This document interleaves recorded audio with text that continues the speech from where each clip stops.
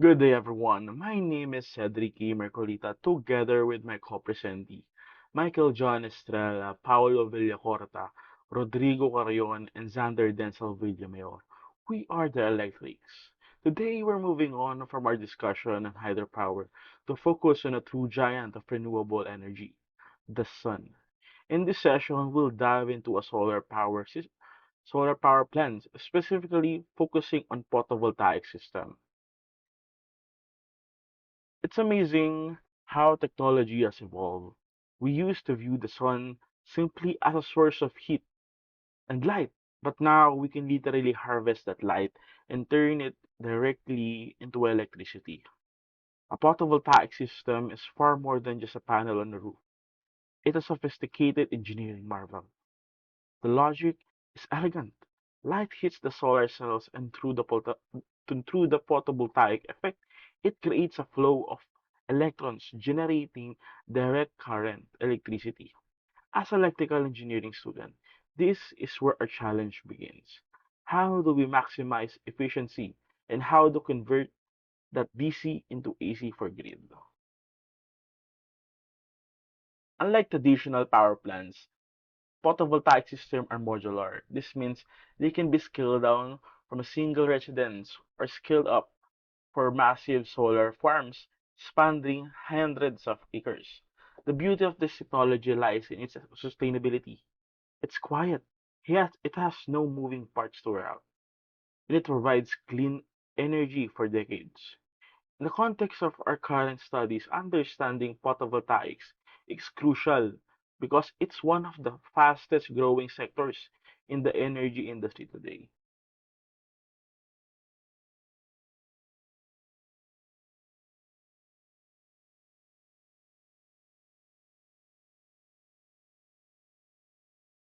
Now, let's answer the fundamental question: how do solar power plants actually work? There are two primary ways to convert sunlight into electricity. First, we have the photovoltaic system. This is the most common method. It uses solar panels to capture energy and convert it directly into electricity with no intermediate step. Sunlight hits the panel and you have the power. Second is solar thermal system. This is a more mechanical approach. Instead of direct conversion, it uses mirrors to focus solar energy to heat a specific fluid. That heat is then used to create steam, and the pressure from that steam spins a turbine. Basically, a solar energy acts as a heat source for a traditional mechanical energy generation cycle. While both are brilliant, our main focus today is the direct conversion process of photovoltaic system. Now, why focus on photovoltaic? Because now let's dive in deeper into the photovoltaic system. Why focus on photovoltaic? Because it's the most accessible and widely used technology for solar integration today. As engineers, we constantly look for ways to optimize these power sources. In this report, we're going to dissect how this panel works on a deeper level, looking at everything from the solar cell physics and inverter technology to how the system successfully feeds power into a load or back into the utility grid. Now we're going to compare monocrystalline versus polycrystalline. So this is the monocrystalline and this is the polycrystalline. Now let's look at the hardware. To the average person, panels might all look the same, but engineers we have to look closer at the cells type. So monocrystalline, these are the black panels. Mono means single crystal. They are made of they are made from high grade silicon sliced into wafers because the silicon is high purity. They are more efficient at absorbing light. These are the go-to when the space is limited but you need a high power output. Though they do require a higher initial investment, they are better. They are a good option for it. Next is polycrystalline. These are the blue marble looking panels. Instead of a single crystal, many silicon fragments are melted together. While the efficiency is slightly lower than the monocrystalline, they are very popular because they are budget friendly and faster to manufacture. You'll often see this in a large scale solar farms where space isn't as an issue. Now, finally, let's look at common application. Residential solar installation. This is a perfect example of distributed generation, where the consumer also becomes a producer. When you see a setup like this, notice the orientation and the tilt angle. We don't just place them randomly. They are calculated to capture the maximum solar irradiance throughout the day.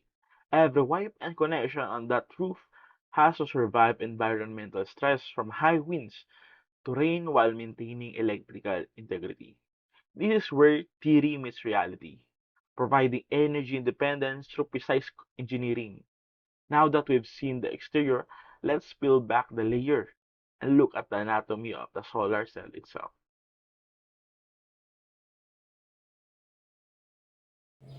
Good day everyone, my name is Michael John B. Estrella from BSE 3B. So, how do solar cell work? To understand how a solar cell work, it lists this layer from top to bottom.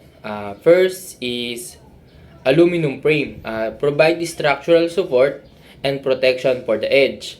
Next is tempered glass, a high durable, high transparency top layer that protect the cell from the elements. Next is encapsulant, ethylene benzene acetate layer that sandwich the cell to provide adhesion and moisture protection.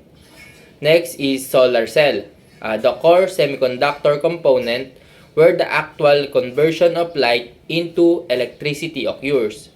Backsheet, a weatherproof bottom layer that provides electrical insulation and protect the internal components. Next is junction box, the housing of the back of the panel where electrical connection are made and directed outward.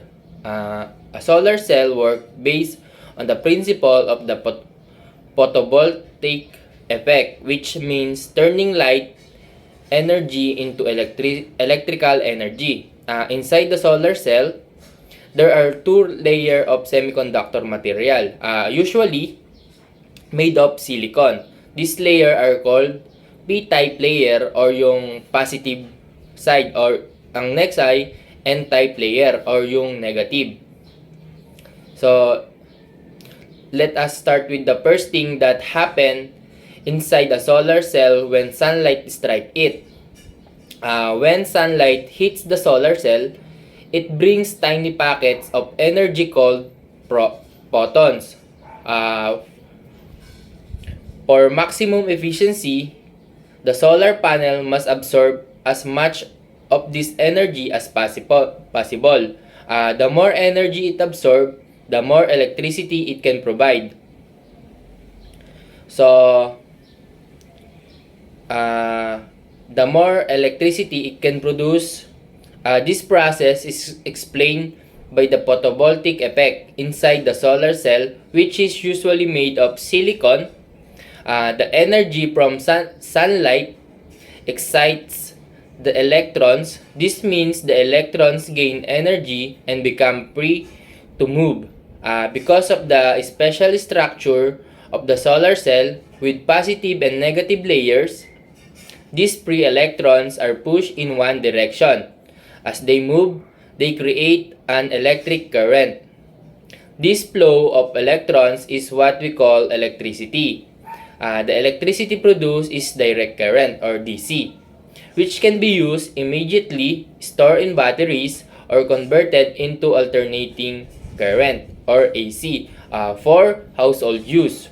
So, solar cell work by absorbing sunlight, exciting electrons, and allow them to flow, which produce electricity. One important thing to consider is that not all sunlight is converted into electricity. In fact, about 5% of the sun energy is already lost due to reflection when it hits the glass surface, which is the top layer of the solar panel. This happened because some of the incoming light bounces off the surface instead of being absorbed by the solar cell. Because of this, engineers design solar panels with special coating to reduce reflection and allow more light to enter the cell, improving overall efficiency.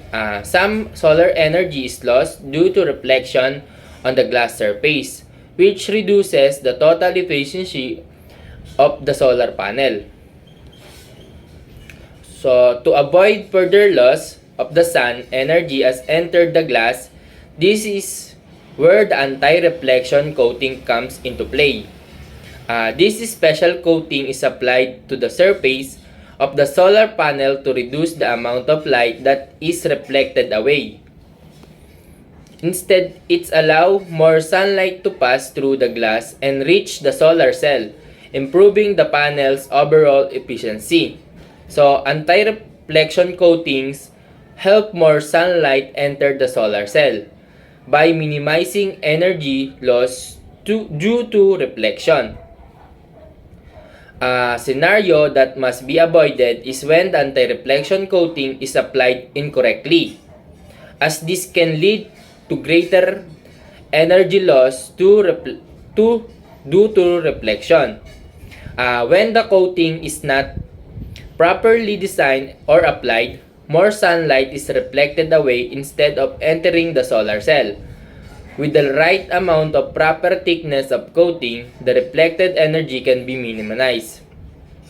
If not almost completely eliminated, this allows more sunlight to pass through the surface and be absorbed by the solar cell. The anti-reflection coating works by allowing light to enter the panel while reducing the amount of light that is reflected back out. In some cases, it can be redirect or trap reflected light so that it re-enter the cell and absorb. To achieve this property, precise adjustment and controlled process are done during manufacturing, ensuring the coating has the correct thickness and material composition for maximum efficiency. So, since silicon is semiconductor, with a natural shiny surface, exposing it directly to sunlight can cause significant reflection. In fact, around 30% of the sun energy may be lost because the light bounces off the surface instead of being absorbed. This is why additional layers such as anti-reflection coating are used to reduce these losses and improve the efficiency of the solar cell.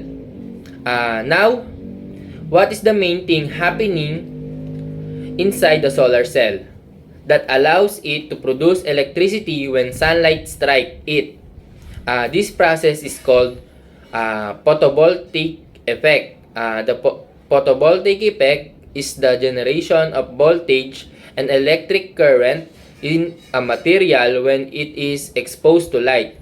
It is both a physical and chemical phenomenon because it involves the interaction of light energy with the atomic structure of material. To achieve this effect, we need a material that can respond to sunlight by allowing electrons to move freely. This is why solar cells use silicon, a semiconductor material. A semiconductor is not a perfect conductor, but when it's struck by sunlight, it can behave like one.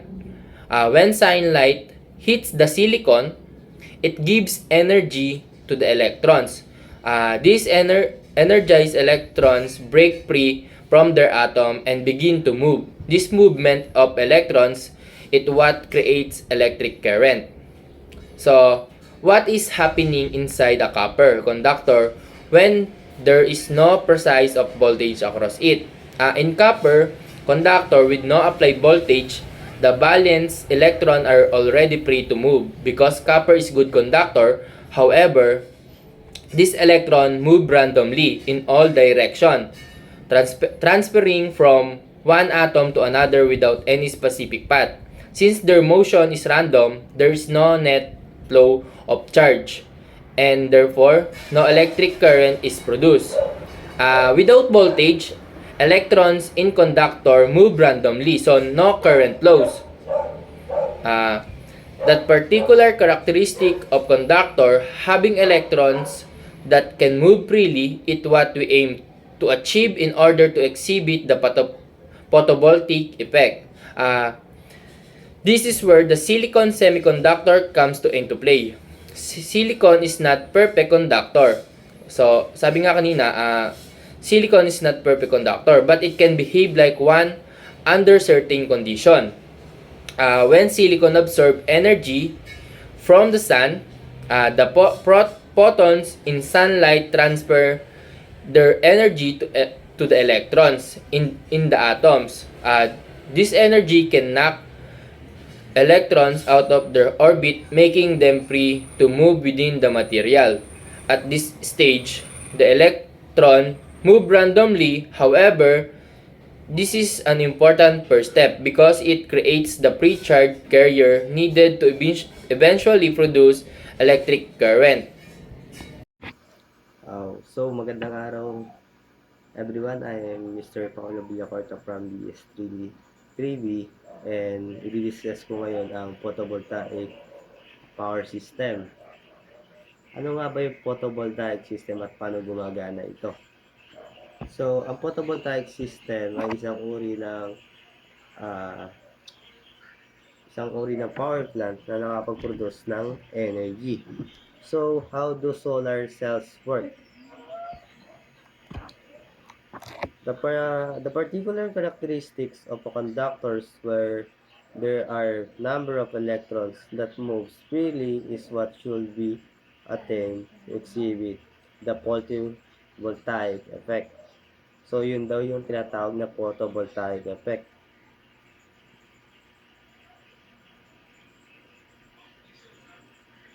Ito yung isang particular na characteristic ng conductors na kung saan yung electrons ay nakakamag-move o nakakagalaw na ng freely or walang sagabal. So, this is where the silicon semiconductor comes into play. When the silicon semiconductors absorbs energy from the sun, the photons which the sunlight have could knock an electron out of its orbit within an atom, making it free to move within the system in random. So, ito yung dahilan kung bakit nakakapag-move yung electrons ng freely in a random way. So, how do solar cells work? Lattice structures of silicon atom forming a covalent bond with four neighborhoods. So, makikita natin sa diagram yung sinasabi ko. How do solar cells work? So, makikita sa diagram na yung mga atoms ay nagko-combine and then may positive and negative of protons, electrons, and neutrons are here. Photovoltaic power system.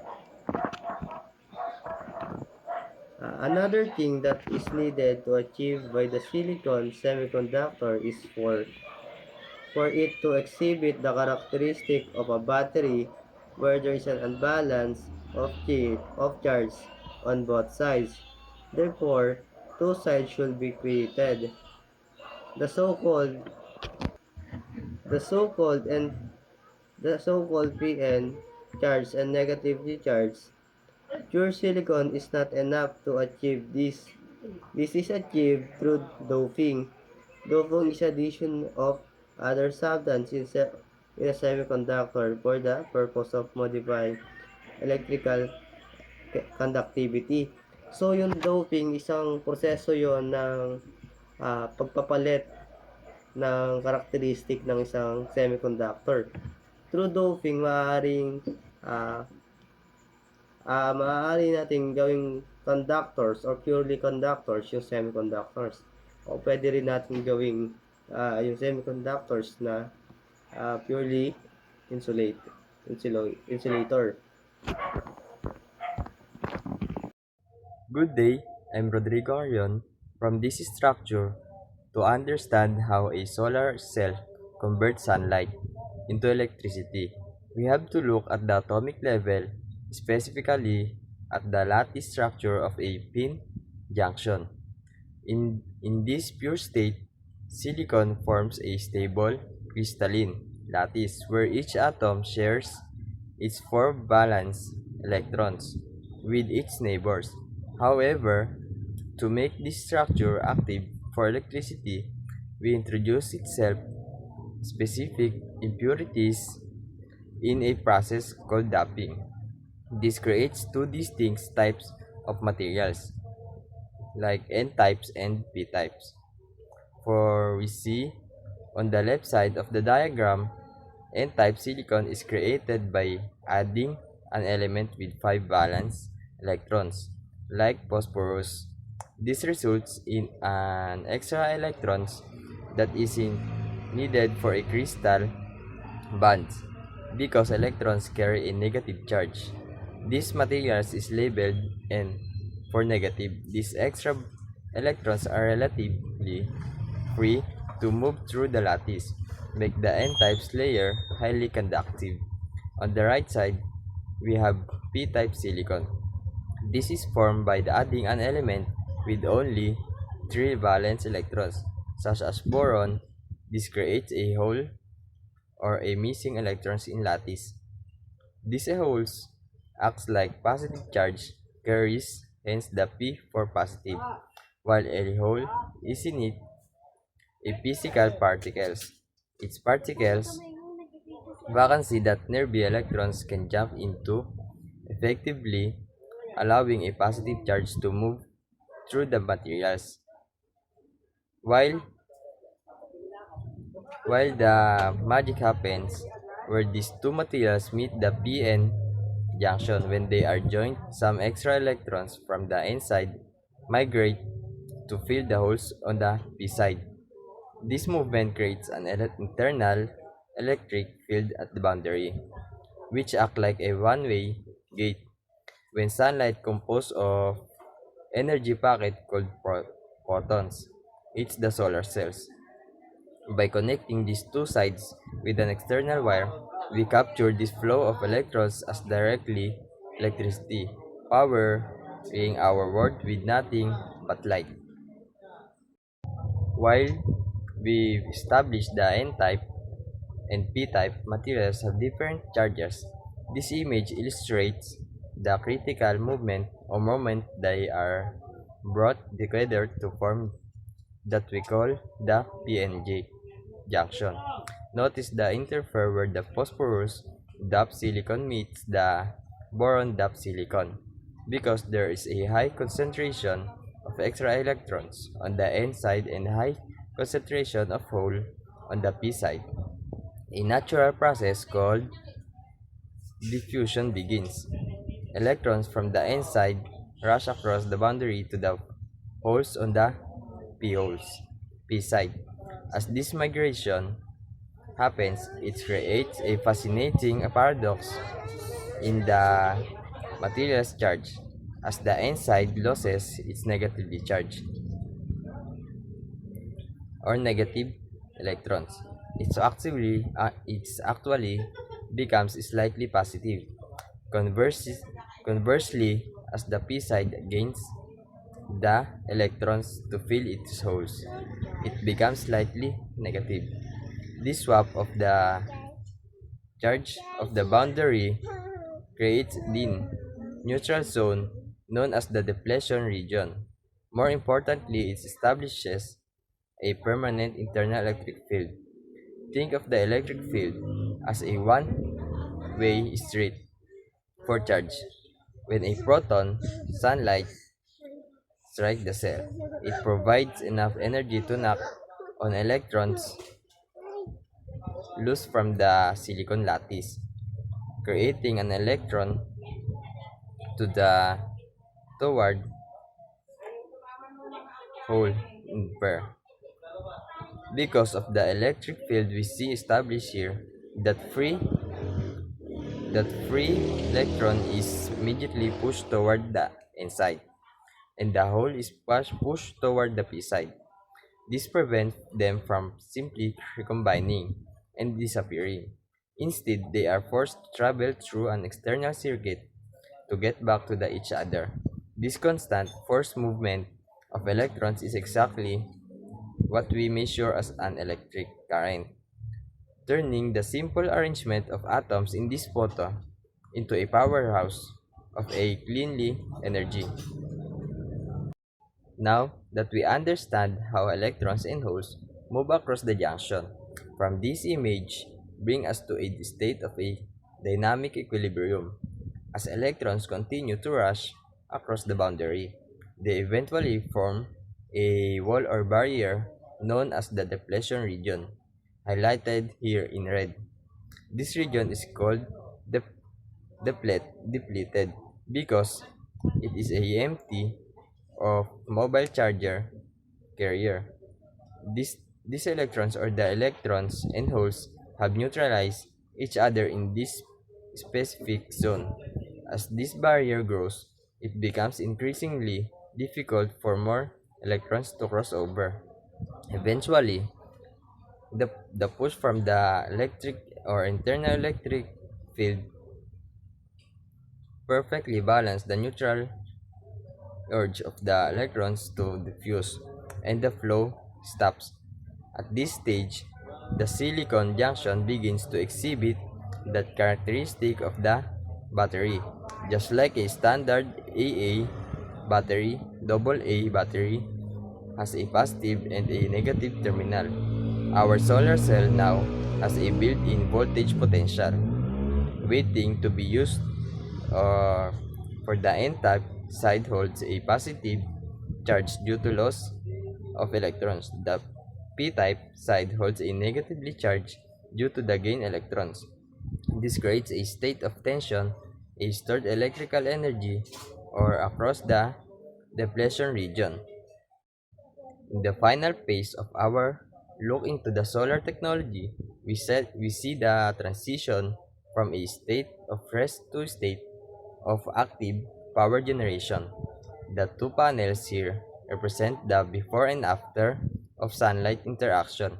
On the left, we see the cell in a state equilibrium where the red depletion regions acts as a silent, waiting barrier, but notice what happened in the right-hand panel, the introduction of sunlight represented by those vertical yellow arrows or rays. When these photons photons from the sun strike the silicon lattice, they provide the energy necessary to break electrons away from the atoms. This creates what we call electron-hole pair. Without the p-n junction, this charge would simply bounce around the recombine, wasting the energy as heat. However, look at this charge, the movement shown on the right side of the image. Because of the internal electric field we discussed earlier, the loose electrons, the small green dots, are immediately swept downward toward n-type layer, while the holes move in the opposite direction toward the p-type layer. This image beautifully illustrates the photovoltaic effect in the real time. The depletion regions act like a direction pump, ensuring that charge can only move in one specific way by forcing all the electrons to the one side and all the holes to the others. We create a massive buildup of electric pressure when we connect the top and bottom of this cell with conductive wire. These electrons have no choice but to travel through that wire to get back to the holes on the other side. This continuous loop of moving electrons driven by the sun and direction by the pin junction is the very current, the powerhouse, our home and gadgets. It is the perfect synergy of chemistry, physics, and lights resulting the clean, renewable energy we rely on today. Let's start with the basics. How does sunlight actually turn into electricity? Think of it like this. Sunlight is made of tiny energy pack called photons. When these photons hit the solar cell, specifically in what we call the depletion region, it's like a game of billiards. The photons strike the atoms and knocks electrons loose, but they don't just fly around randomly. There's an internal electric field inside the cell that acts like a traffic cop. It directs all the free electrons toward the n-type side and the holes toward the p-type side. This separation of charges is exactly what creates the potential for electricity to flow. Let's look at what actually inside that cell. It's not just a piece of blue glass. The core is the PN junction. You can imagine it as a semiconductor sandwich with two layers. The heavily doped layer on top and the lightly doped layer on the bottom.